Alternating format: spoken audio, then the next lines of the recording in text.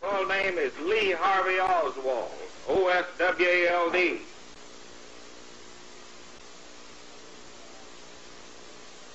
You have been. Nobody said what? Sir? You have been. Nobody said what? Okay, we ain't here. Okay. What did you do in Russia?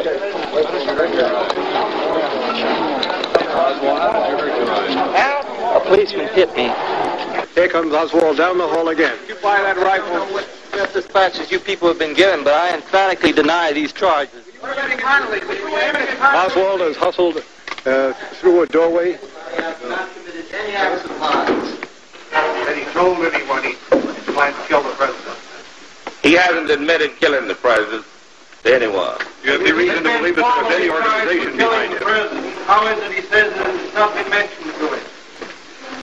Well, I don't know what he said. He says he didn't do it. We're still working on the evidence. This has been a joint effort by the Secret Service, the Federal Bureau of Investigation, the Dallas Police Department, the Dallas Sheriff's Office, my office, and Captain Will Fritz has been in charge of it. How would you describe his mood during the questioning? Very arrogant. Has been all along. What do you say, Chief? He just denies everything. How do you sum him up as a man, based on your experience with criminal types? Oh, I think it's a man that planned this murder weeks or months ago and has laid his plans carefully and carried them out and has planned at that time what he's going to tell the police that are questioning him at present. What was his motive? He didn't give any motive since he denies them both. As we understand it, no one actually saw this man pull the trigger of the rifle that apparently killed the president. Is that correct? That is correct up to this time in our investigation. What about ballistic tests, Chief? The ballistic test, we haven't had a final report, but it is, I understand, will be favorable. You think the smudged fingerprints that have been found on the rifle which killed the president will be able to establish the identity of the killer? We hope so, but I couldn't say positively this time that they will be. Well, you enough to convict him? I don't know whether it would be enough to convict him or not. If we can put his prints on the rifle, I certainly would connect him with the rifle. We want to say this, that this investigation has been carried on jointly by the FBI, the Secret Service, the Rangers, and the Dallas Police Department. Captain Fritz has been in charge. Has he made any admissions at all about the shooting of the police officer? No, he denies everything. I would say that without any doubt he's the killer. The law says beyond a reasonable doubt and to a moral certainty, which there's no question that he was the killer of President Kennedy. And will you ask death in the electric chair for Lee Oswald? Yes, sir. We'll ask the death penalty. How many cases of this type have you been involved in? That is, when the death penalty is involved. Since I've been district attorney, I've asked the death penalty in 24 cases. And how many times have you attained it? 23. This man's apparent subversive background, was there any surveillance? Were police aware of his presence in Dallas? We in the police department here did not know he was in Dallas. I understand the FBI did know that he was in Dallas. Chief, do you normally practice for the FBI to inform the police, yes. Police department? Chief, do you have... We did not have... But you were not informed? We had not been informed of this man. Chief, do you have any concern for the safety of your prisoner in view of the high feeling among the people of Dallas over the assassination of the president? No, but precautions necessary, precautions will be taken, of course. Hey, officer. Yeah, he's got to be here. There he is. Here he comes. Now the prisoner wearing a white sweater is changed from his t-shirt.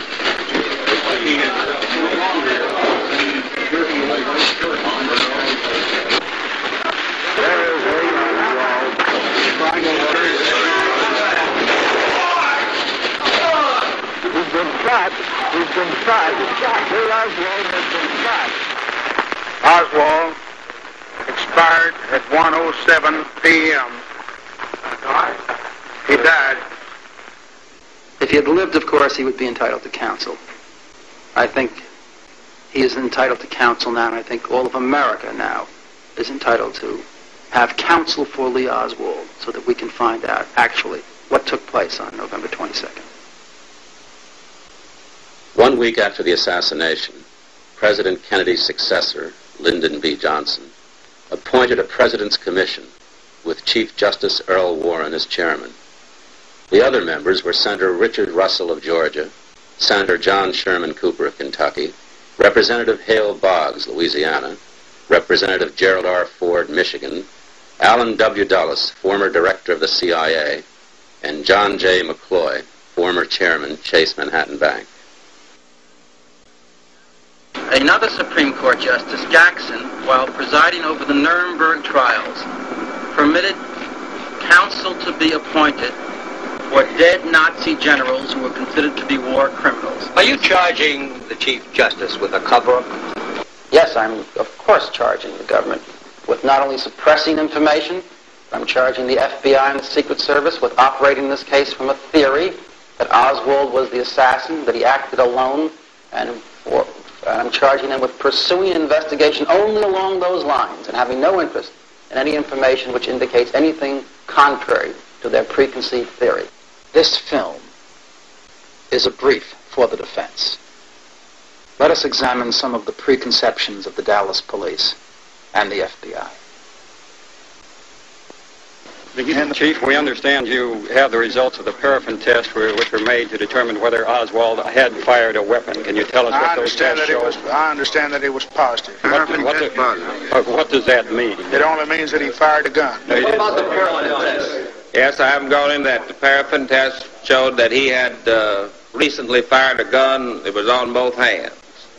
Both hands? Both hands. Recently fired a rifle? A gun.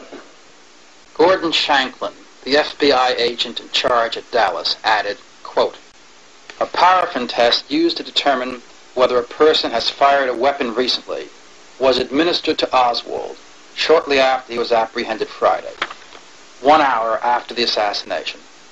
It showed that particles of gunpowder from a weapon, probably a rifle, remained on Oswald's cheek and hands." Close quote. The test, however, showed no gunpowder on either hands or cheek, and no nitrates on Oswald's face. Confronted with but one possible interpretation, that the paraffin test results were consistent with innocence, the commission concluded that the test, formally presented as a cornerstone of the case against Oswald, was, quote, "completely unreliable." Investigation showed he was the only one missing employee. This description and name was broadcast. That explanation is inadequate in two respects. First, Oswald was not the only missing employee. 48 employees were outside of the building when the shots were fired, and others left just after the shots, and many were not permitted to re-enter, and thus were absent when the police search began. And secondly, the Warren Commission report states, the police never mentioned Oswald's name in their broadcast descriptions before his arrest. No, he went from there to the bus, caught a bus at Lamar Street, went part of the way to his address over in Oak Cliff. Was Oswald on the bus? While on the bus, he told the bus driver the president had just been shot, and later told a driver that he'd been shot and laughed at the time. This would indicate that it was his intention to kill the president. Yes. But the laugh wasn't Oswald's. The only source of the story, the bus driver, identified 16-year-old Milton Jones as the laugher. When asked if he could identify Oswald as his passenger, the driver replied, "I could not do it. I wouldn't do it at the lineup, and I wouldn't do it now. No, sir, I couldn't. I could not identify him." Yet the Dallas police reports of their police lineups state that the bus driver made a, quote, positive identification, close quote, of Oswald. The bus driver denied that that was true. The commission concluded, quote, the commission is satisfied that the lineups were conducted fairly.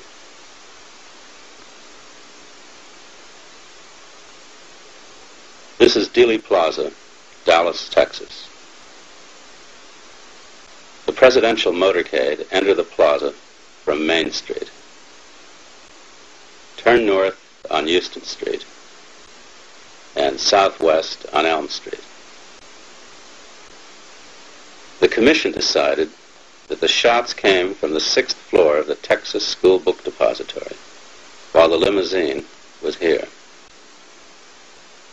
Directly in front and above the limousine is the triple overpass, a railroad bridge.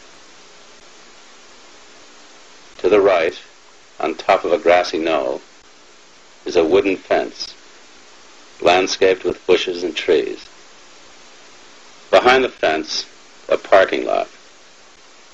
Further back, the railroad yard, with a 14-foot tower maintained by the railroad company.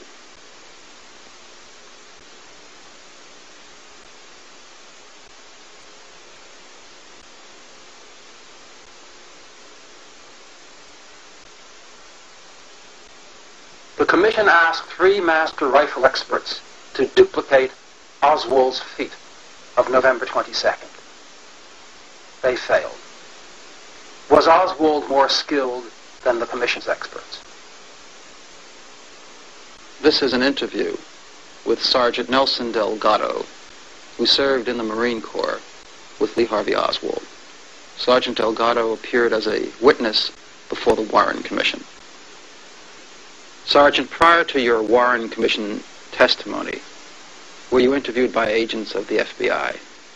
Yes, they came to my home in South Jersey to interview me. The first 2 visits, they came just to get my story, what I knew about Oswald, how close we were, and things like that. After that, then they started, the questions were tending to break my story down. Sergeant, where are you now stationed? Down in one of the missile sites in South Jersey. Have been there since prior to the assassination of Kennedy. I've been here now for 3 years, and this month, the 20th to be exact, I'm leaving for Vietnam.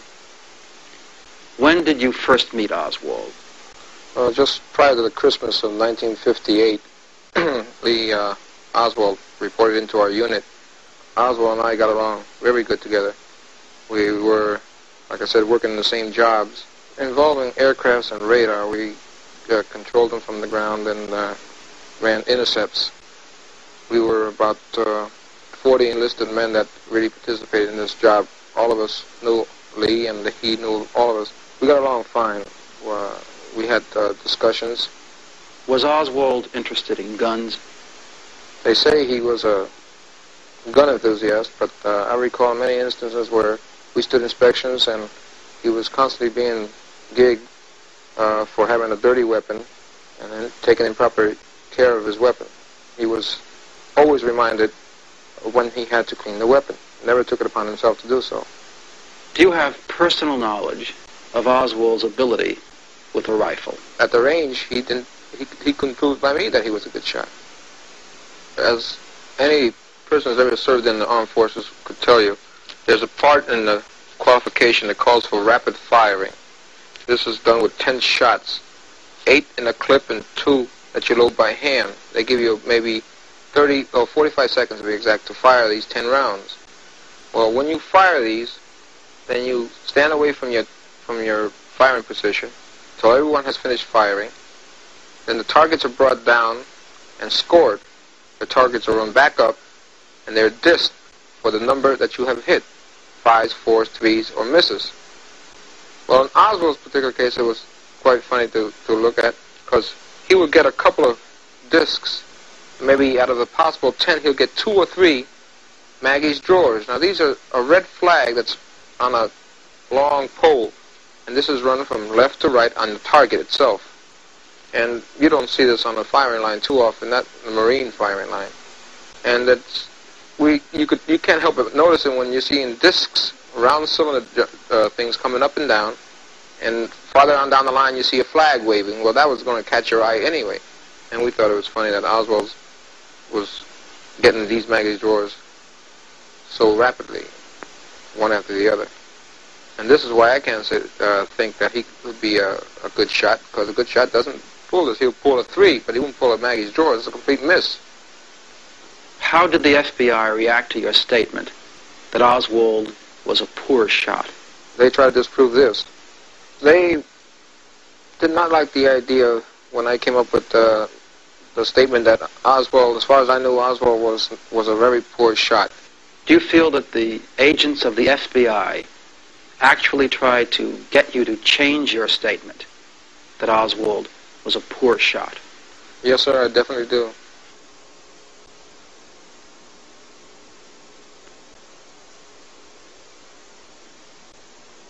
Nine wounds, 4 to President Kennedy, 5 to Governor Connolly, presented the commission with another puzzle. Did 2 bullets do all of the damage? A frame-by-frame study of film taken at the time proved that 2 of the shots occurred within 1.8 seconds, an impossibility. The commission agreed that the rifle could not be operated that quickly. Commission counsel Rankin stated, "To say they were hit by separate bullets is synonymous with saying that there were 2 assassins. But 2 assassins did not fit, so a new assumption was made. 1 bullet struck both the president and the governor. A 1-bullet, 2-victim theory. Necessity dictated that the theory become a conclusion. However, Governor Connolly, in a press conference, unquestionably, when the first shot was fired, I recognized it as a shot. I thought of nothing else but that it was a rifle shot. I turned to my right. I had time to think. I had time to react. And I turned to my right to look back over my right shoulder to see if I could see anything unusual, and particularly to see if I could catch him out of the corner of my eye. Because I immediately thought... Him, you mean the president. The president. Because I immediately thought of an assassination attempt. The moment I heard the shot, I didn't see anything except just the general blur of waving, of people moving. But nothing really unusual. I did not see the president out of the corner of my eye, and I was in the process of turning back to look over my left shoulder. And had about come to the point where I was looking straight forward again when I felt the impact of the bullet that hit me. Which entered the right posterior chest, close to the shoulder blade, and coursed downward along the chest wall, taking out and fragmenting a portion of the 5th rib on the right. The bullet then emerged from the chest, evidently struck his right wrist, fracturing the lower portion of the right radius, and then entered the left thigh where it was spent. I am convinced beyond any question of a doubt that the first shot that was fired did not hit me. Then I was hit. And I was not then, and I have no memory, no recollection of the sound of the shot that hit me. And beyond any question of a doubt, the third shot. Pictures taken at the time of the assassination confirm the eyewitness testimony, for they reveal that Governor Connolly reacted to the bullet considerably after President Kennedy did. 2 members of the commission seem to agree. Mr. Dulles. But you would then have the problem, you would think if Connolly had been hit at the same time, would have reacted in the same way, and not reacted much later, as these pictures show. Mr. McCloy, that is right. Mr. Dulles, because the wounds would have been inflicted. Mr. McCloy, that is what puzzles me. Mr. Dulles, that is what puzzles me. Commission countered with the news that Governor Connolly was merely struck a glancing blow to a rib, thereby explaining his delayed reaction. The hard evidence which conclusively demolishes the Commission's case is that more grains of metal were found in one of the governor's wounds than were missing from this bullet. The Commission's autopsy expert, Commander Humes, testified, "I do not understand how it could possibly have left fragments in the wrist." As to the fragments in the governor's thigh wound, Commander Humes added, "I cannot conceive of where they came from this missile." The Commission also stated, as you know, Mr. Holland, that the same bullet which hit Governor Connolly first struck President Kennedy, based upon what you observed from that position just above the street on the overpass. Is that possible? No.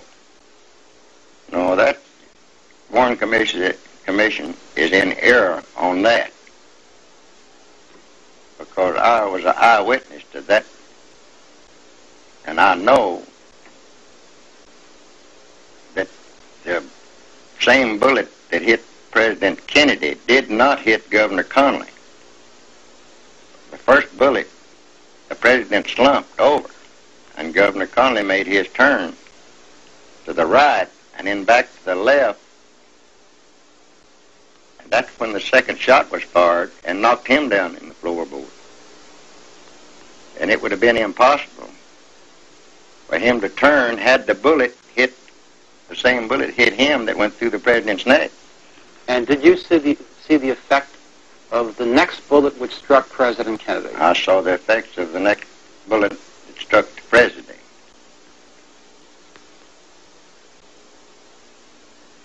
because it flipped him over almost on his stomach and the side of his head, and his head was laying on the edge of the seat.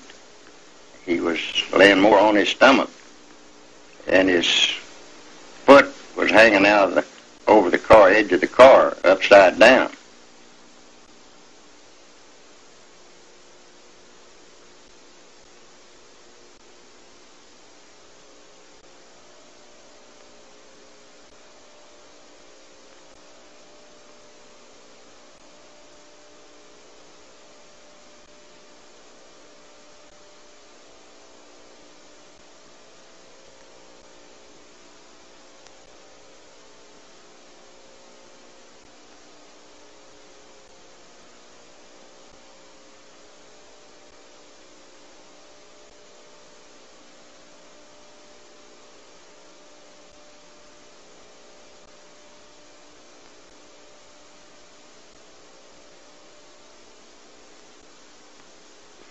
Bowers, what is your present occupation? I am Vice President of Lockwood Meadows Incorporated, which is a real estate land development company. And where were you employed on November 22nd, 1963? At that time, I was employed as a tower operator for the Union Terminal Company. And where were you at about 12:30 that day? I was at the south end of the terminal of the tower building, rather looking down toward the terminal and observing the motorcade, as was everyone else in the area. Could you tell us what you heard and what you saw from about 12 noon until the time that the shots were fired? Well, for some time that morning, since perhaps 10 o'clock in the morning, we had the area pretty well sealed off, and the policemen had been stationed on the triple underpass as well as other strategic corners in the area, so that there was very little traffic moving into this area at this time. This is a dead-end area which is used primarily for parking. After 11 or 11:30, there was practically no movement in the area whatsoever. However, about 12:10, give or take 5 minutes, there was a car which entered the area and probed around for some time. This car was a 59 Oldsmobile station wagon with a out-of-state license. It was muddy, as if it had just come in off of the road from some area where it was red sandy area. It was occupied by one male who spent 3 or 4 minutes in the area looking it over, and then, as he found out, left by the entrance, which is the only way in and out of the area at that time. Not too long after that, perhaps 5 or 6 minutes, a car of a totally different description, also occupied by one male, entered the area. Now, this man performed a similar action, and he toured down around the area probing to examine the exits, and seemed at one or more occasions to have a mic or something resembling such an instrument up to his face. Just a few moments after that, the third car came into the area, and these were the only 3 cars that entered this area during this specific period. The third car was a 61 or 2 Chevrolet. This car was muddy all the way up to the windows as if it had just come in off the road. It had an out-of-state license identical to the first car of the series.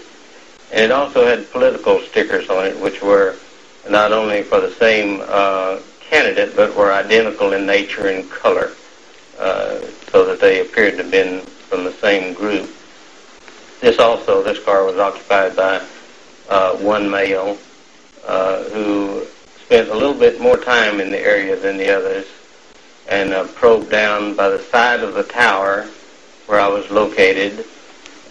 I could not state that these cars left the area entirely, because after they got back onto the extension of Elm Street in front of the school depository building, they were lost to my vision, so that they could have remained very close by. Mr. Holland, on November 22nd, where were you? November the 22nd, I was standing on top of the triple underpass, waiting for the parade and the president's car. I arrived about 11:45 or close to noon. 2 policemen was talking to me and one of them asked me if I would come back up there and identify the people that had any business or had a right to be up there. They would be the railroad employees? They'd be railroad employees, and I told him I would. What was your position with the railroad company? Track and signal supervisor for the Union Terminal Railroad. I've put in 41 years of railroad service in the signal department. Did you look in any particular direction when you heard the shots? Yes. I looked over to where I thought the shot came from, and I saw a puff of smoke still lingering underneath the trees in front of the wooden fence. The report sounded like it came from behind the wooden fence. And a policeman throwed his motorcycle down in the middle of the street and run up the embankment with his pistol drawn. He was running toward that particular spot. And also another motorcycle policeman right behind him tried to ride up the embankment on his motorcycle, and it turned over about halfway up the embankment. And he got off his motorcycle and left it laying there and run on over to the fence with his gun in his hand. Where do you think the shots came from? Well, I know where that third shot came from. Where did that shot come from? Behind the picket fence. Is there any close to the little plaza? Is there any doubt in your mind that that shot came from behind the fence? There's no doubt in my mind. There's no doubt whatsoever in my mind in the statement that I made in the sheriff's office immediately after the shooting, and the statement that I made to the Warren Commission. That I made it very plain there was no doubt in my mind. There was definitely a shot fired from behind that picket fence. I made it plain to the Warren Commission, and I think I made the same statement in the sheriff's office. There was a fourth shot. On November 22nd, Mr. Holland, did you tell the sheriff's office in an affidavit you signed that day that you saw a puff of smoke come from behind the picket fence? I am certain I did. Was it the general feeling, would you say, Mr. Holland, among the police officers and others, at the moment that the shots were fired, that at least one shot came from behind that wooden fence? There's about 6 or 8 of us boys from the Union Terminal run around there to find some evidence that there was someone around there. Certainly the ones that was with me that run around that fence realized what was happening.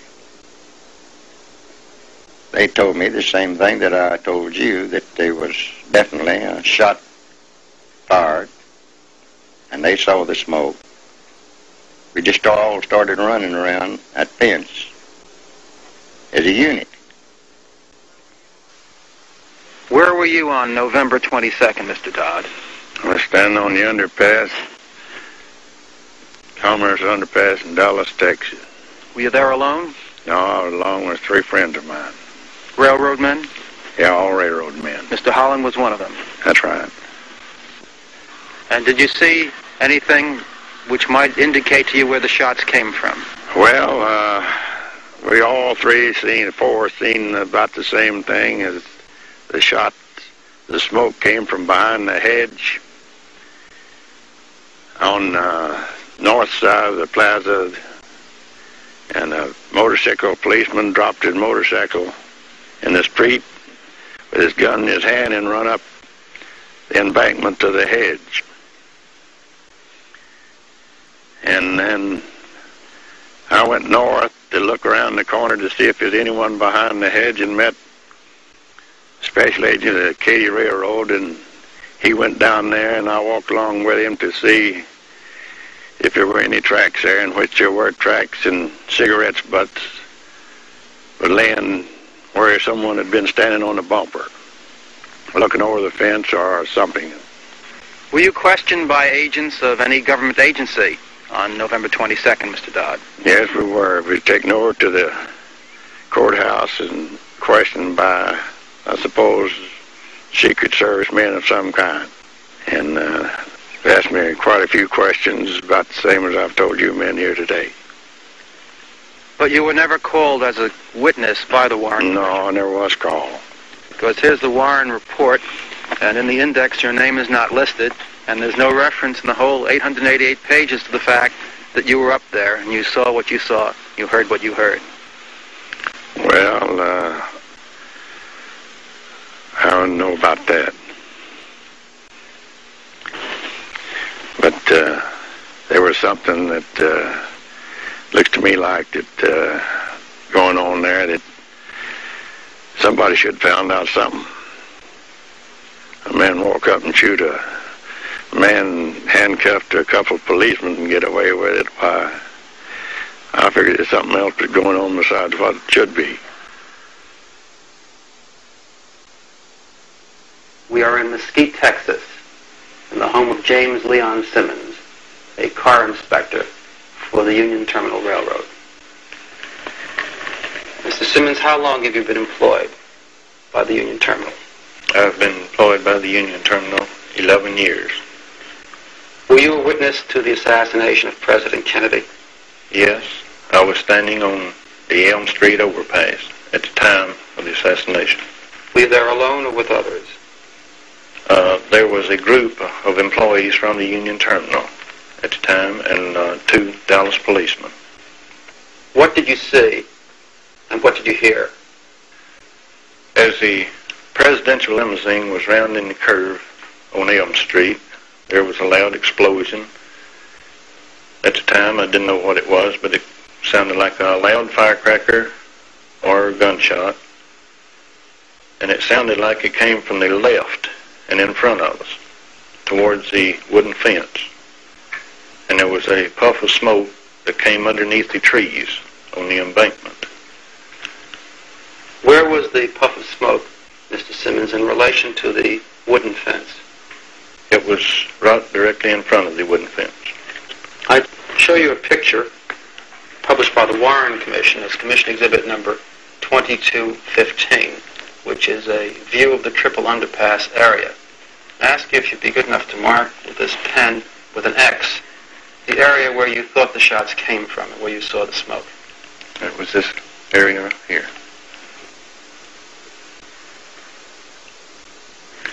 After you heard the shot and saw the smoke, what did you do? I was talking with a patrolman Foster at the time, and as soon as we heard the shots, we ran around to the wooden fence. And when we got there, there was no one there, but there was footprints in the mud around the fence, and there was footprints on the wooden 2x4 railing on the fence. Were you questioned by the Dallas police on that day? Yes, I was. Did you give your name to the Dallas police? Yes, I did. Did you tell them what you've just told me? Yes, I did. Were you subsequently questioned by agents of the Federal Bureau of Investigation? About a month later, I was questioned by the FBI. Did you tell them what you told me and what you told the Dallas police? Yes, I did. Were you ever called as a witness by the Warren Commission? No, sir, I wasn't. This is the Warren Commission report. Back of it has an index of every person who is referred to by the Commission. Is your name present there? No, sir, it isn't. You think it's rather curious that you had such a fine view of the whole Dealey Plaza area, and you were among those who saw smoke coming from evidently behind the fence, and yet you were not called by the Commission as a witness? Well, I always thought it peculiar, but I thought that's the way they did business.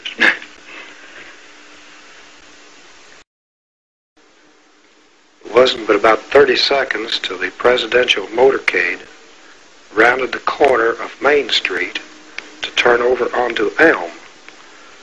But right after the presidential car had turned the corner, I heard these three loud noises when I jumped behind the concrete abutment, which is between Main and Commerce. There was a motorcycle policeman that just stopped his motorcycle up by the monument and had drawn his revolver and was racing up the hill to the left of him. There was a deputy sheriff, which I think was stationed under the underpass, Buddy Walters. At this time, I says, you know, I felt something sting me on the face as I was standing down there.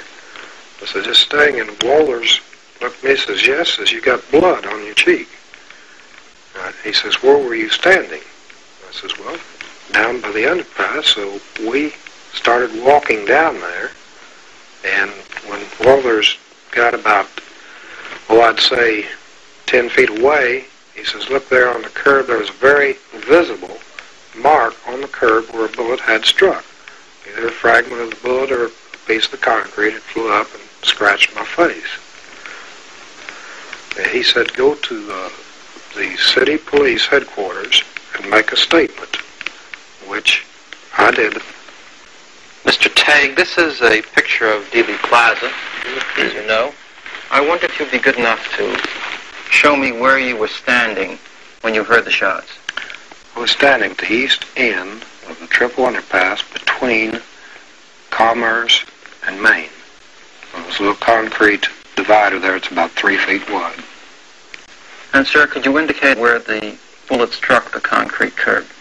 The bullet struck the curb on the south curb of Main Street. That would be right here. And at the time that you first heard the shots, what was your impression as to the origin of those shots? My first impression was that they had come from the left of me. Would you indicate on the picture where that would be? Up in this area here towards the hill. Where in relation to that wooden fence? Well, somewhere towards the wooden fence. Mr. Tague, on the 22nd, when the shots were being fired, your first impression was that they came from the area near the wooden fence. That's correct. Where do you now think that the shots came from? I believe that they did come from the school book depository because of the things I've read about, the evidence which has been brought forth in the newspapers and through the Warren Report and so on. Mr. Nix, where were you on November 22nd, 1963? Standing on the corner of Main and Houston. And did you take any pictures of the presidential limousine as it went through Dealey Plaza? Yes, I've taken pictures before and after, before the assassination and during the assassination. And you know, of course, that your pictures were eventually used by the government to determine where the limousine was when some of the shots were fired. Yes. And did you deliver a copy of your film to the federal government? Yes, I delivered a copy of my film to the federal government about December the 1st. About a little over a week after the assassination. Yes, my film got lost in the processing plant. Where is the original film? The original film belonged to United Press International. The government has a duplicate copy. And where is that duplicate copy? In the archives. And is that the duplicate copy which was used by the Warren Commission for the purpose of determining, along with other films, the Muchmore film and the Zapruder film, where the presidential limousine was when some of the shots were fired? I would say so. Well, you now have a copy of your film, which you were kind enough to show to us this afternoon. Is that copy the same as the original which you gave to the FBI on December 1st? I would say no. There is some films maybe missing, some frames. Some of the frames were ruined. Does the film which you have at the present time have the same number of frames as the film which you delivered to the FBI on December 1st? I would say no, but it's because of losing maybe a frame here and there. At the time the shots were fired, did you look at the book depository building? No. Did you think at that time that the shots came from the book depository building? No, I thought it came from a fence between the book depository and the railroad track.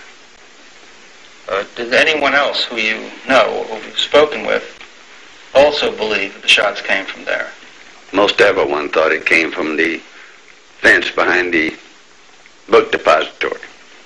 Did you have occasion to speak with Forrest Sorrells, who was, of course, a friend of yours, and the Secret Service agent in charge of Dallas that day? Yes, I did. Did he tell you where he thought the shots came from? He thought they were coming from the same place. Which is? Behind the fence. At the present time, where do you believe the shots came from? Well, they came from the book depository because there's proof that it did come from there. I see. This you've read in newspapers and you've read the report? Yes. I believe the Warren Report. We are in the basement of the Terminal Annex building on the northeast corner of Dealey Plaza. We're here with Mr. J.C. Price, the engineer in charge of the building. Mr. Price, where were you at the time that the presidential motorcade drove through Dealey Plaza? Well, I went up to the roof and where I'd get a better view of the cabin. Is this where you were sitting on November 22nd, Mr. Price? Yes, sir. Right here? Right here on this spot. And where did you think you heard the shots come from? From behind the overpass over there. Triple overpass. That's where I thought the shots were coming from. And where did you see the man run? Over behind that wooden fence, past the cars, and over behind the Texas Depository building.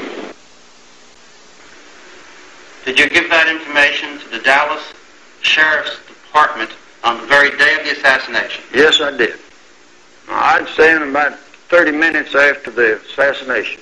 Were you ever called as a witness by the Warren Commission? No, sir. No, sir. I show you this map published by the Warren Commission of the Dealey Plaza area and ask you if you would mark on it where you thought the shots came from. Yes. Yes, sir. That's just behind the wooden fence where it joins the overpass. Is that correct? That is correct. We're now here more than 2 years after the assassination. Now, where do you think the shots came from on November 22nd? Well, I can't be sure. It seems that from all information that's been gathered that the shots came from the Texas Boat Depository, but I can't hardly believe that.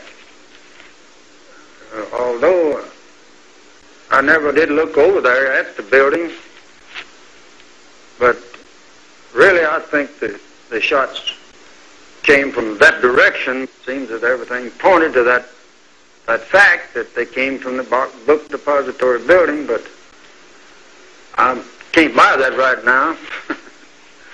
That's about it. May I have your name, please, sir? Bill Newman.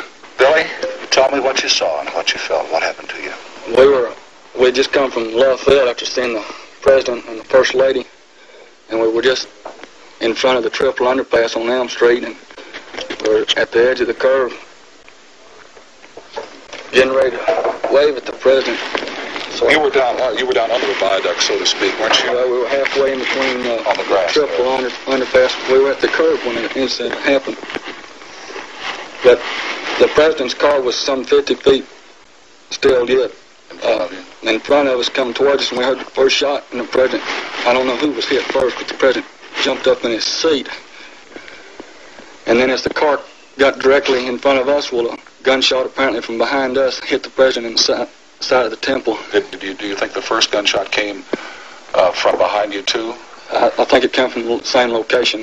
Apparently back up on the mall, I don't know what you call it. You should think the shot came from up on top of the viaduct toward the President, is that correct? Yes, sir. Not on the viaduct itself, but up on top of the hill, a little mound of ground there, the garden. Mr. Brehm, where were you on November 22nd, 1963? I had taken my 5-year-old son downtown to see the presidential parade. This is a picture taken by Mr. Nix of the limousine at the time the shots were fired. Do you see yourself and your boy in that picture? Yes, sir. This is myself and this is my son on this frame here where the first shot hit the President. I would say that he was possibly 30 feet away when the first bullet struck, moved a little closer, and was possibly 20 to 25 feet away when the second bullet hit. Did you see the effect of the bullets upon the President? When the second bullet hit, there was the hair seemed to go flying. It was very definite then that he was struck in the head with the second bullet. And yes, sir, I very definitely saw effects of the second bullet. Did you see any particles of the President's skull fly when the bullet struck him in the head? I saw a piece fly over, in the area of the curb where I was standing. And in which direction did that fly? It seemed to have come left and back. In other words, the skull particle flew to the left and to the rear of the presidential limousine. Sir, whatever it was that I saw did fall both in that direction and over into the curb there. You were a ranger during the war, correct? Yes, sir, I was a ranger during the war. Took part in the invasion of France and was shot a couple of times. So, let's just say it's possibly like swimming. I hadn't heard that sound for many a year, but you don't forget it once you've heard a shot rounding, coming close to you. Did you speak with newsmen on November 22nd and tell them what you saw? Yes, sir, and told them simply that their 2 shots had hit the president and the direction that I had thought the bullets had come from. Did you at any time that day make a statement which was televised? Yes, sir. Fortunately, I was probably 15 to 20 feet away from the president when it happened. Tell us exactly what you saw, sir. He was coming down the street, and my 5-year-old boy and myself were by ourselves on the grass there on Commerce Street, and I asked Joe to wave to him, and Joe waved, and I waved, and the man... That's all right, sir. You waved. As he was waving back, the shot rang out, and he slumped down in the seat, and his wife reached up toward him, and as he was slumping down, and the second shot went off, and it just knocked him down from the seat. I'm positive it had hit him. I hope it didn't, but I'm positive that it hit him, and he went all the way down in the car. Then they speeded up, and I didn't know what was going on, so I just grabbed the boy and fell on him in hopes that there wasn't a maniac around. I'm sorry. I can't help you more, but I won't forget it. Did you make a statement to the Dallas Sheriff's Office? Yes, I did. How long did you remain in the Dallas Sheriff's Office that day? I would say about 3 hours to 4 hours. Were you among the closest witnesses to the limousine when the shot struck the president? Yes, sir. I would have to say that, if not the closest, one of the closest to the unfortunate incident. I did get a view of something I'll never forget. Were you called as a witness by the Warren Commission? No, I was not called by the Warren Commission to testify. Immediately after the shots were fired, there, of course, was mass confusion, to put it mildly.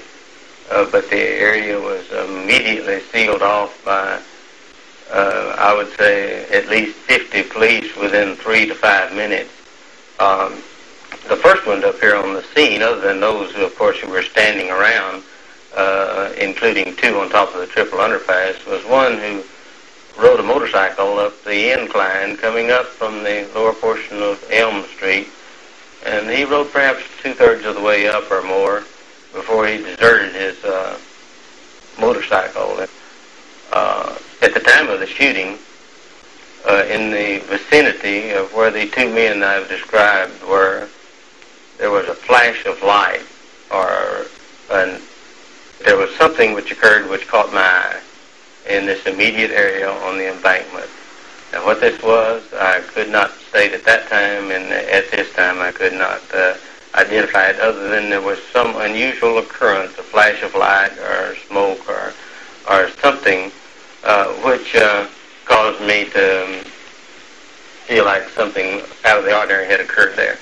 In reading your testimony, Mr. Bowers, it appears that just as you were about to make that statement, you were interrupted in the middle of the sentence by the commission counsel, who then went into another area. Well, that's correct. I was there only to tell them what they asked, and so that when they seemed to want to cut off the conversation, I felt like that was, as far as I was concerned, that was the end of it. Mr. Bowers, how many shots did you hear? There were 3 shots, and these were spaced with 1 shot, then a pause, and then 2 shots in very close order, such as perhaps almost on top of each other, while there was some pause between the first and the second shots. Did you tell that to the Dallas police? Yes, I told this to the police, and then also told it to the FBI, and also I had a discussion 2 or 3 days later with them concerning this, and they made no comment other than the fact that when I stated I felt like the second and third shots could not have been fired from the same rifle, they reminded me that I wasn't an expert, and I had to agree.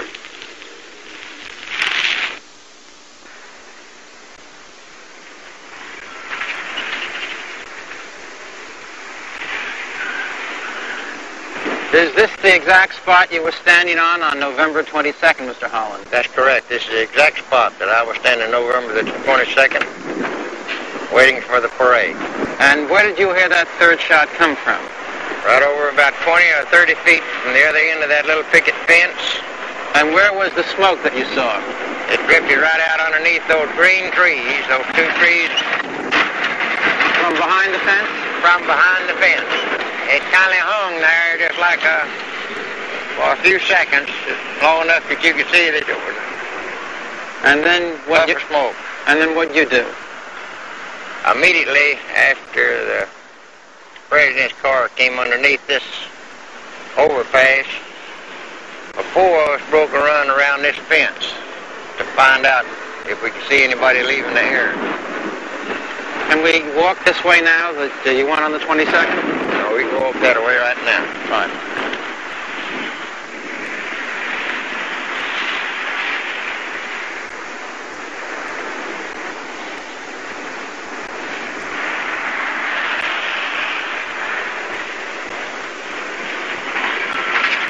We were trying to see what we could see, and this was the direction you walked on the 22nd. This was the direction. Made this right turn.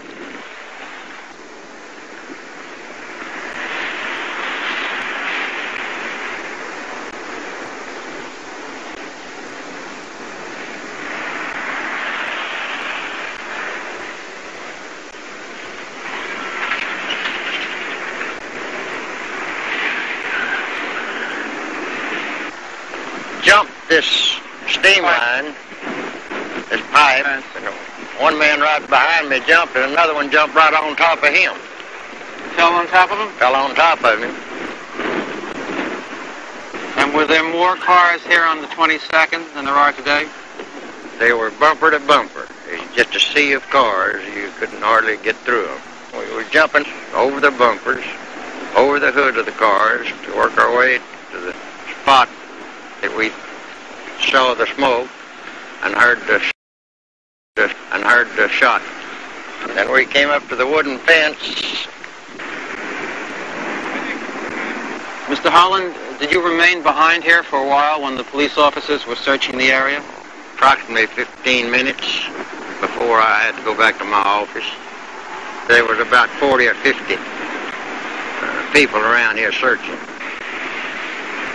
And what did you find here? A lot of footprints behind this car, mud on the bumpers, and I looked around to see if I could find some empty shells or any evidence of a shot being fired and the bullet shell rejected from the gun. And this is where I saw the smoke from the third shot. Right drifting out around here? Just drifting out underneath these trees.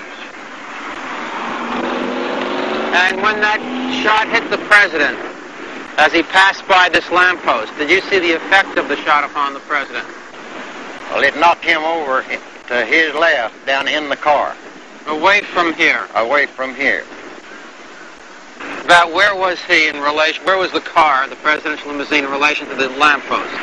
Just a little to the left of that lamppost we're looking at.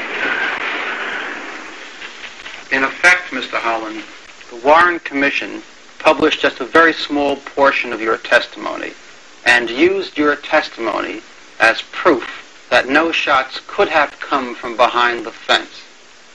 Did they accurately and fairly use your testimony? They are wrong, because my testimony, and I made it very clear, that there was a fourth shot fired, and one of those shots came from behind that picket fence. And there's no doubt in my mind, and never will be, because I was on the spot. I saw the smoke, heard the report, and saw the smoke from behind that fence.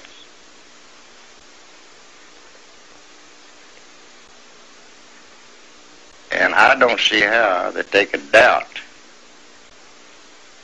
there was a fourth shot fired. The vast majority of the witnesses who expressed an opinion as to the origin of the shots agreed with Mr. Holland that the shot did come from behind the fence. These witnesses, as this picture shows, were positioned throughout Dealey Plaza. The commission concluded that no credible evidence suggests that the shots were fired from any place other than the Texas School Book Depository building.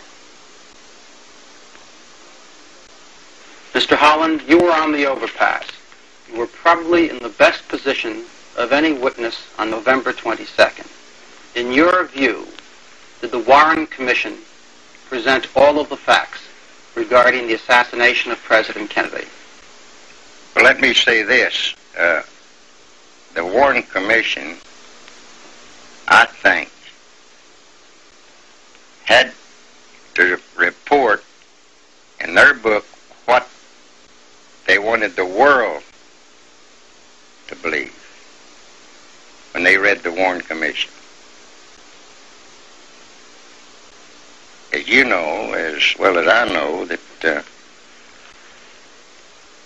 everybody in the world was reading this Warren Commission, and it had to read like they wanted it to read. They had to prove that Oswald did it alone. In preparing its evidence, the commission suppressed one photograph, mutilated another, cropped a third, and made a mystery of a fourth. And I took the picture. It so happened my picture, when I took it, was at the same instant that the president was hit. And that does show in my picture. Did you realize what had happened when you heard the shot? No, I didn't. There was, 3 or 4 real close together. And it was, must have been the first one that shot him, because that was the time I took the picture. And during that time, after I took the picture, and the shots were still being fired, I decided I'd better get on the ground. You did lie down? I did. I was, no more than 15 foot from the car, and in line of fire, evidently. Did Mrs. Kennedy scream on the first shot? I don't know about the first shot, but she did scream. She says, "My God, he's been hit," or "he's been shot." Now, the picture you took, I understand the FBI has it now. Yes, that's right. The federal police did have it on November 22nd, but it was never published or referred to by the commission. The agent who took it from Mrs. Mormon described it, quote, "Mrs. Mormon had taken a picture of the lead motorcycle officer. In the background of this picture was a picture of the book depository building and the window where the gunman sat when doing the shooting." A picture of the window at the time of the shooting? Why wasn't it published? Wasn't it conclusive proof of Oswald's guilt or innocence? This is Commission Exhibit 5. It purportedly was found among Oswald's effects. It depicts General Walker's home in Dallas and was used by the Commission as proof that Oswald shot at General Walker. Marina Oswald was questioned about it before the Commission. Question. License plate? Mrs. Oswald. I would have remembered this black spot if it were there at the time the Commission showed me this, or the FBI. When the FBI first showed me this photograph, I remember that the license plate, the number of the license plate, was on this car, was on the photograph. It had white and black numbers. There was no black spot that I see on it now. Question. Who showed you the picture? The FBI, or the Secret Service, or the Commission? Answer. The FBI first, and then the Commission. Question. Now, at the time the Commission showed you the picture in Washington, was there a hole shown in the picture where the car's license plate should be? Answer. No, I don't know what happened to this picture, because when the Commission showed me the picture, there was not this spot here. If there was a hole, I would have asked them about it right away. Why that hole is there, or that black spot. Associated Press photographer James Olkins took this picture as the first shot was fired. People all over the country asked, how could Oswald be downstairs watching the motorcade if he was upstairs shooting the president. The FBI puzzled over it too. The reason Richard's going to be down in this area down here. So he is. This is the reason for this flashlight. That's where we go. But he had it right back this way.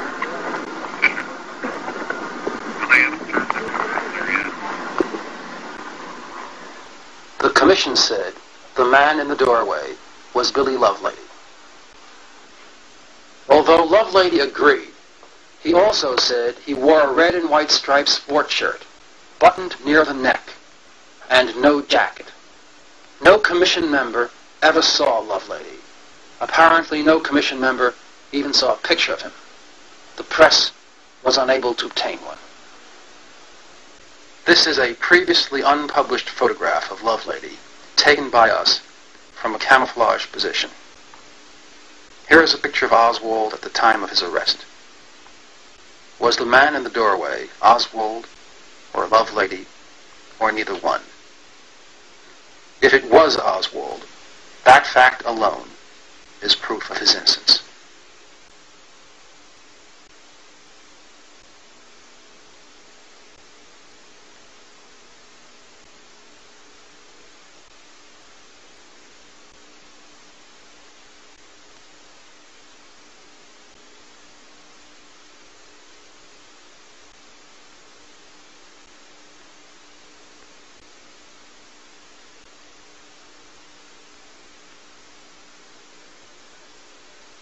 The suspect's name is Jack Rubenstein, I believe.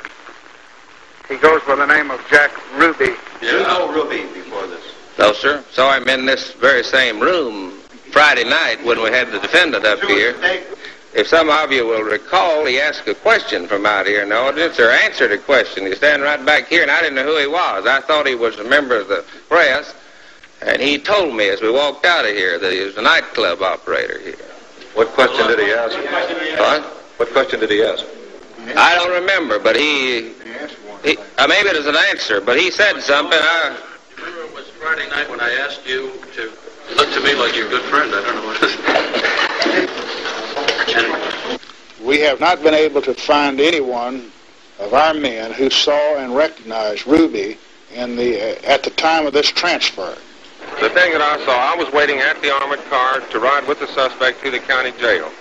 I knew that they would bring him out. They had cleared the way, and then I heard the shot. I didn't see the gun. I just saw the struggle that ensued. I immediately ran from the armored car down the ramp and tried to help subdue the prisoner that had shot Oswald. Now, do I believe that you recognize this man after the capture? Yes, sir. Did I understand you to say that if you had seen him before, you would have ejected him? Yes, sir. Well, now, as Oswald was escorted out, were the policemen to either side of him? Weren't there any in front of him? Yes. How did the man get by the policeman in front? The only thing I know is that someone said he jumped. This is Detective Jim Lavelle, who was this morning handcuffed to Oswald and was bringing him out to the car to be transferred to the county jail. Could you tell us what happened? Now, you were handcuffed to him? I was handcuffed to him and also had a hold of the waistband of his trousers. I saw this man come from the crowd, and at the time he emerged from this crowd of people, he was not more than 6 or 7 feet from me. Did you see the gun in his hand as he came? I saw the gun in his hand as he emerged from the crowd. But being such a short distance from me, I had no time to say anything. Now, when Oswald fell to the ground, was he unconscious at that point? I would say if he was not, he was nearly so. Just as soon as my partner on the other side, Mr. Graves, grabbed Jack's hand with the gun in such a manner that he couldn't fire it anymore. Did you recognize him when he came through? Yes, I have known Jack Ruby for a number of years, and I recognized him just as soon as he emerged from the crowd. We are in the office of Napoleon J. Daniels, a real estate broker in Dallas, Texas. Mr. Daniels, Have you been associated with the Dallas Police Force? I was for 7 years. In what capacity? As a patrolman. Where were you on November 24th, 1963? Well, I was going down to inspect the assassination site around 11 o'clock, I guess, and I noticed Officer Vaughn standing on the Main Street ramp to the City Hall at the basement, and I stopped to go back to talk to him, and I asked him what his purpose was there, and he told me he was keeping anybody from here in the basement because they fixed to transfer Oswald. How long did you remain in front of the Main Street ramp with Officer Vaughn? About 20 minutes, I guess. Did you remain there until you heard a shot? I did. From 11 o'clock until 11:20, did anyone enter the basement through the Main Street ramp? There was one man about a couple of minutes before Oswald was shot. Could you describe that man? Yes, he was a white man, weighed about 175, and had on a blue suit, about 5'9". What was the color of his hair? It's brownish, and he's bald in the top. Was there anything else distinctive about the gentleman? He had his right hand in his right coat pocket, and something seemed to be protruding from it. What was your impression when you saw him enter the basement with his hand in his pocket? My first impression was that he had a gun in his pocket, and then I didn't think too much about it because Officer Vaughn didn't challenge him, he just let him go on down in there. Did Vaughn indicate any recognition or knowledge of who the person was when the man passed by him? Well, I just assumed he did because he didn't try to stop him. I assumed he knew who he was. Did Vaughn allow anyone else to enter the basement other than that one man? No. How long after that man entered the basement did you hear a shot? About time enough, I guess, for him to walk down in there and get settled. Chief Curry, would you comment on the presence of Jack Ruby in the basement of City Hall while Lee Harvey Oswald was being transferred? How did he get there? Well, of course, it's been pretty well established by this time that he came in the ramp entrance, on the Main Street entrance. And the officer who was guarding this door had stepped away to permit a vehicle to come out. It wasn't necessary that he do this, but he had stepped across the sidewalk to assist a vehicle coming out of the basement. And that's when Ruby came into the basement. And this was less than 2 minutes before Oswald was brought down. Where was Officer Vaughn standing when this man entered past him? He stood right in the center of the entrance to the basement there. And what was his responsibility or obligation that day, do you know?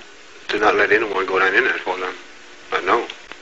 Have you any idea why he allowed this man to enter past him? No, I don't know, other than just he knew who he was or something. That's what I thought at the time. He had to know who he was. Did Officer Vaughn look at the man who walked past him? He looked in this direction, yes. We are at the Lewiston Raceway in Lewiston, Maine, with Mrs. Nancy Hamilton, owner of the Hamilton Stables. Mrs. Hamilton, did you testify as a witness before the Warren Commission? Yes, I did. On June 2nd, 1964. I have been a freelance investigator for various police departments, district attorney's offices, such as the Sacramento District Attorney's Office, Suffolk County, Massachusetts District Attorney's Office, Boston Police Department, and various private detectives. And before that, were you employed by Jack Ruby? Yes, I was. This was in 1961 in Dallas at his club, the Carousel, and I was bartender, waitress, and rather the manager there. How did you get that job? I had gone into Dallas not knowing anyone, and of course the first place I went was the police department, and they were very kind and got me the job there. They got you the job at Jack Ruby? Yes, they did. Did they know Ruby? Personally, oh yes, very well. Vouched for him. Wonderful person, great man. Well known by the Dallas Police Department. What were your duties there? Well, general bar duties such as setting up the liquor, getting the bar ready for the evening trade, waiting tables if he was short-handed. Otherwise, I'd be behind the bar serving the drinks. Did you ever serve drinks to Dallas police officers? Oh, yes. In fact, the Dallas police officers were the special boys, shall we say. We even had private stock for them. Private stock? Oh, yes. They wouldn't, bar liquor wasn't for them. We had names such as Hagen Haig or Black Label, the very, very high-priced drinks on the house, of course. You never, and that was a gross oversight if you ever charged a Dallas police officer or any official of the city of Dallas or Tarrant County. Well, other than the Dallas police officers, what officials did frequent Ruby's establishment? Oh, such as your district attorney, which would be Mr. Wade. Did you receive any specific instructions from Jack Ruby about serving drinks for the Dallas police officers? Yes, in fact, Jack told me point blank. He said, Nancy, if you ever, he said intentionally or unintentionally, charge a Dallas police officer, he said, you might as well go look for another job. He said, don't offend them, cater to them, talk with them, even if you ignore the other customers. Bend over backwards to be nice to them. Did Ruby perform any other favors for the Dallas police officers? Well, yeah, well, favors, well, we call them favors, I suppose so. He provided girls, gambling, and booze. How many Dallas police officers would you estimate Jack Ruby knew on a personal basis? At least half and probably two-thirds. There were almost 1,200 police officers in Dallas in 1963. Would you say Ruby knew 600 of them? Oh, easily. A great deal has been written about the relationship of the Dallas Police Department with Jack Ruby. We have 1,200 men in our department, and we had each man to submit a report regarding his knowledge or acquaintance with Jack Ruby. Less than 50 men even knew Jack Ruby. You see, Jack Ruby was a man who wanted to be noticed, wanted to be known. And he used to frequent the Dallas Police Department. And he used to brag, oh, I can get this fixed for you, or I can get that fixed for you. Did the Dallas Police Department or District Attorney's Office ever do any favors for Jack Ruby? Several that I could probably name, such as don't offend them, cater to them, talk with them, even if you ignore the other customers. Bend over backwards to be nice to them. Did Ruby perform any other favors for the Dallas police officers? Well, yeah, well, favors, well, we call them favors, I suppose so. He provided girls, gambling, and booze. How many Dallas police officers would you estimate Jack Ruby knew on a personal basis? At least half and probably two-thirds. There were almost 1,200 police officers in Dallas in 1963. Would you say Ruby knew 600 of them? Oh, easily. A great deal has been written about the relationship of the Dallas Police Department with Jack Ruby. We have 1,200 men in our department, and we had each man to submit a report regarding his knowledge or acquaintance with Jack Ruby. Less than 50 men even knew Jack Ruby. You see, Jack Ruby was a man who wanted to be noticed, wanted to be known. And he used to frequent the Dallas Police Department.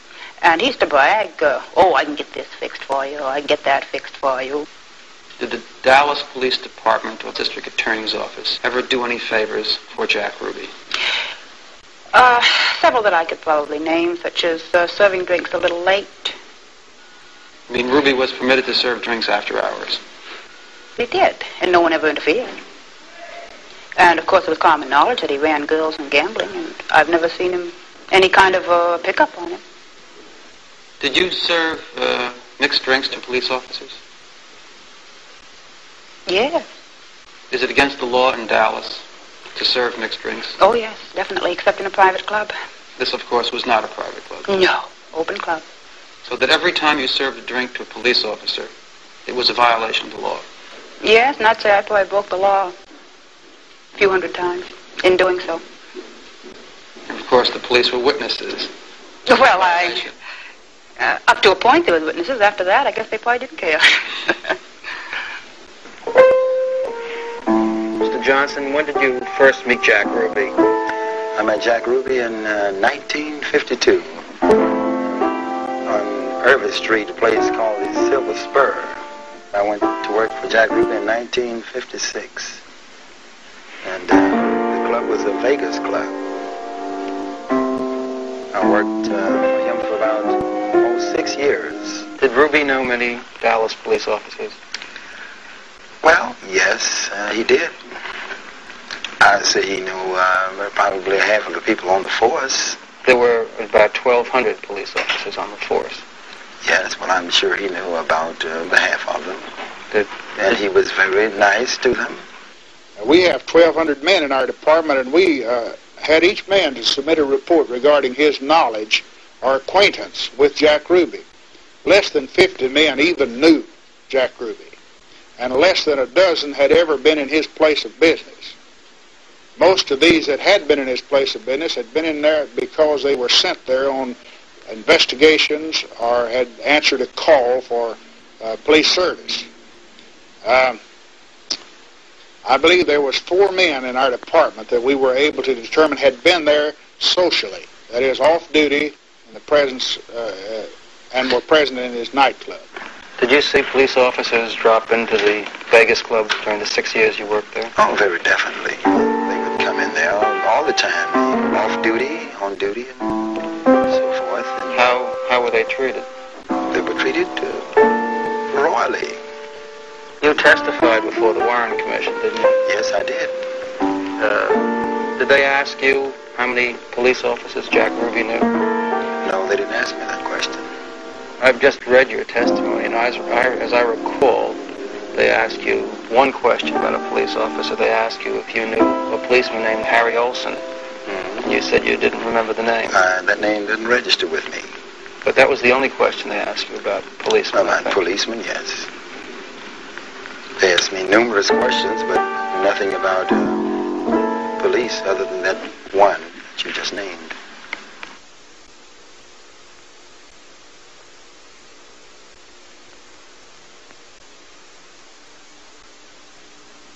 We are at the office of Penn Jones, Jr. in Midlothian, Texas, 25 miles from the Dallas courthouse. For the past 2 years, he alone in the Dallas area has conducted an independent investigation into the assassination of President Kennedy.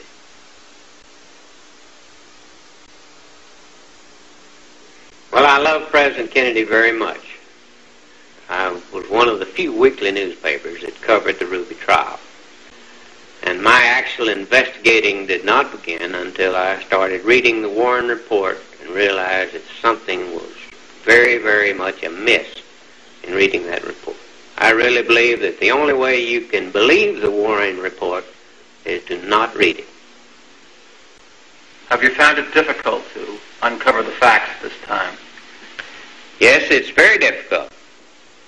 Witnesses are reluctant. Some of them have gone into hiding, or at least cannot be found by me.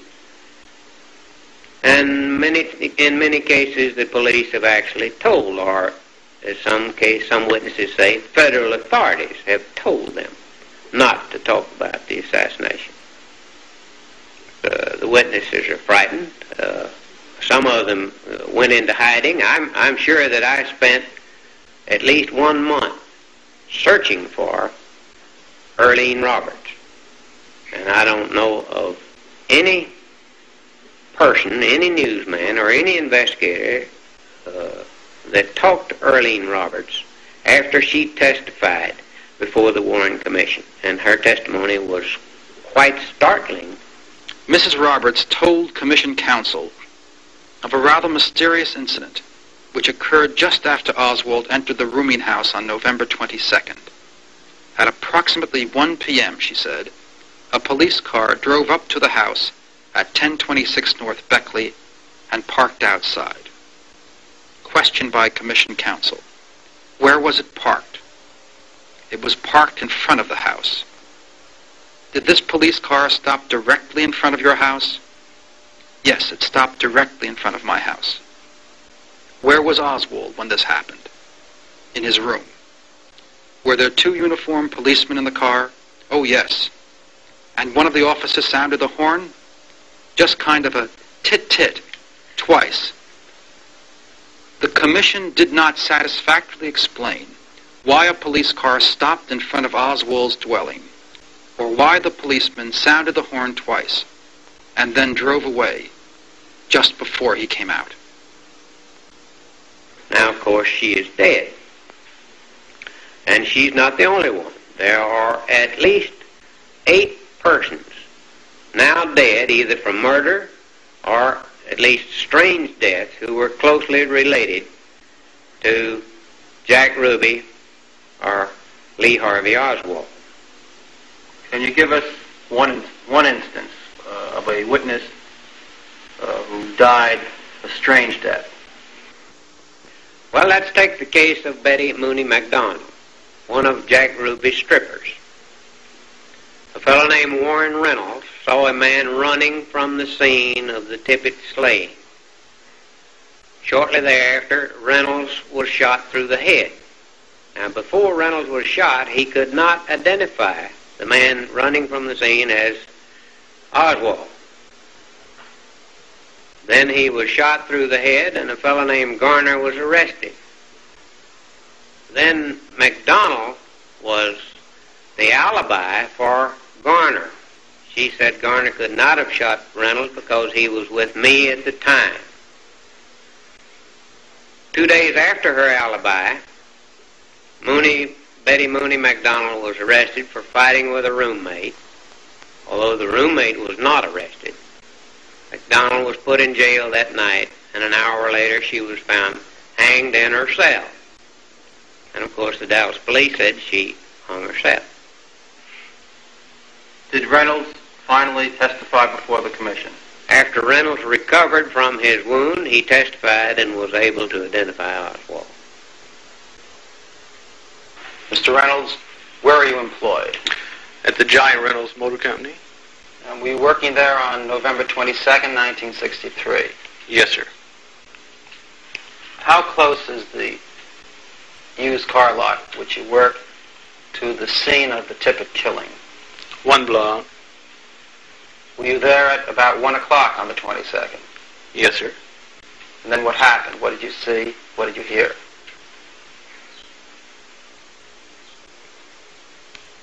We were listening to the radio about the assassination, and we heard these shots, and we ran out on this porch, and we saw this gunman running up the street, and I followed him for a block until I lost him. And then I was going back to the used car lot, and this policeman stopped me and asked me what had happened. And I told him that I had seen this man with the gun, and I had followed him, and I lost him. So he took the description and my name and stuff like that, and while I was talking to him, some television camera was taking the pictures. And after that, I went on back to the used car lot. Were you questioned by agents of the Federal Bureau of Investigation or the United States Secret Service during November 1963? No, I sure wasn't. Were you questioned by FBI agents or Secret Service agents during December 1963? No, sir. Were you questioned by FBI agents or Secret Service agents during January 64? Yes, sir, I was. When was that, sir? That was on January the 21st. 2 agents come out and they talked to me and asked me what I had seen. And I told them, and they showed me 3 pictures. You were questioned by agents of the FBI on January 21st, 64. Then what happened? 2 days after that, as I was closing up the used car lot one night, when I went downstairs to turn off the lights, some gunman was hidden down there and he shot me. He shot me through the glasses right here, and the bullet lodged right over here. Mr. Reynolds, who knew about your questioning by the FBI between the time that you were actually questioned by them and the time that you were shot 2 days later? Just friends and, of course, my family. The commission concluded on page 663 of its report that it was wild speculation for anyone to think that there might have been a connection between the fact that you were shot in January and the fact that you observed the gunman flee from the Tippit scene. What is your comment, sir? If they would catch the man and prove that he did do it, we could figure out from there whether he was connected or not. And until then, I don't believe anybody is smart enough to say whether it is connection or not. That's one of the examples, and there are many others. Bill Hunter was shot through the heart in the police station out in Long Beach, California. Jim Cody on the Times Herald was killed by a karate chop to the throat in his apartment in Dallas. And the man that was the most likely suspect was not even indicted for the murder. The death of Tom Howard is a very strange one. They said he died of an apparent heart attack. There was no autopsy. But I know personally that Tom Howard was acting very strangely 3 days before he died. I and other people who saw him felt like that he was very frightened. 3 days later, he was dead. Now, he was the man who saw Jack Ruby first after the killing of Oswald. Well, whether these deaths are related to the assassination or not, does the fact that witnesses have died in this fashion tend to make it more difficult to secure statements from those witnesses who have survived? Certainly, there is very little evidence, first-hand evidence left with the erasing of the lives of Tippit and Oswald and these other people who had first-hand conversations with either Ruby or Oswald. That has made the gathering of evidence very difficult. And the continued threats on these people who still have evidence makes them hesitant to talk, and it makes anyone trying to do investigative work very, very difficult. Do you know of any witnesses, commission witnesses, who were threatened before they testified before the commission? Mrs. Clemens was one. She witnessed the killing of Tippit. Mrs. Clemens, where were you on November 22nd, 1963? I was working for Miss Smotherman on 327 East 10th, just down the block from where Tippit was killed. Did you know Officer Tippit? Yes, I saw him pretty many times. And did you hear the shots? Yes, I heard the shots. And what did you do? I ran out into the street and looked down the street, and I ran back down the street where he was lying, and I looked at him. Now, when you heard the shots and you went out of the house, did you see a man with a gun? Yes, I did. What was he doing? Oh, he was reloading it.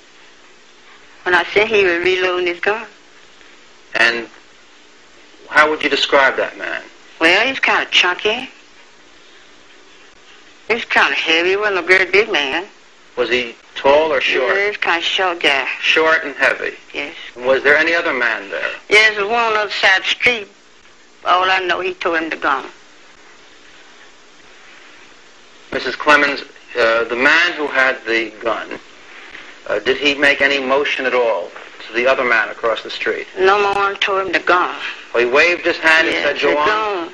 And then what happened with the man with the gun? He unloaded and reloaded. And what did the other man do? Man kept going straight down the street. And then did they go in opposite directions? Yes, they was. They wasn't together. They went this way from each other. The one done the shooting went this way. The other went straight down past street that way. What was the man who did not do the shooting, but the man who went in the other direction from the man with the gun? What was he wearing, if you remember? Well, first I can remember him looked like light khakis and a white shirt. And was he tall or short? He was tall. And was he heavy or thin? He was thin. But the one who had the gun, seconds after Tippit was shot, he was short. Yes, he was short and kind of heavy. Now, did you testify before the Warren Commission about this case? I haven't said anything to anyone. Did anyone come to see you after the murder of Officer Tippit? Yes, he was a man came, I don't know what he was. He came to my house and talked to me. But I don't know what he looked like a policeman to me. He did. Did he have a gun? Yes, he wore a gun. Mrs. Clemens, how long after Tippit was shot did this man with the gun come to visit you? About 2 days. It was about 2 days. Said that I might get hurt. Someone might hurt me if I would talk. About what you saw? What I saw. He just told me to be the best if I didn't say anything because I might get hurt.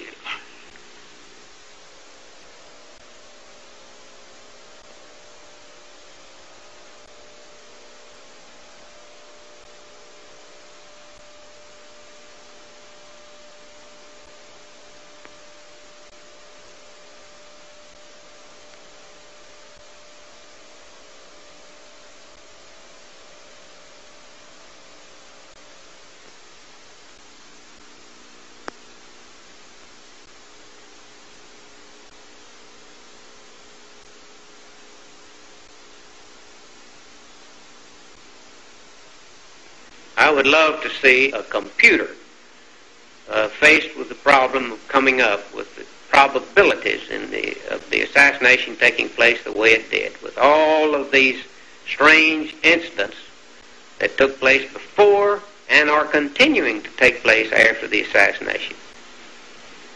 I think all of us who love this country should be alerted that something is wrong in the land.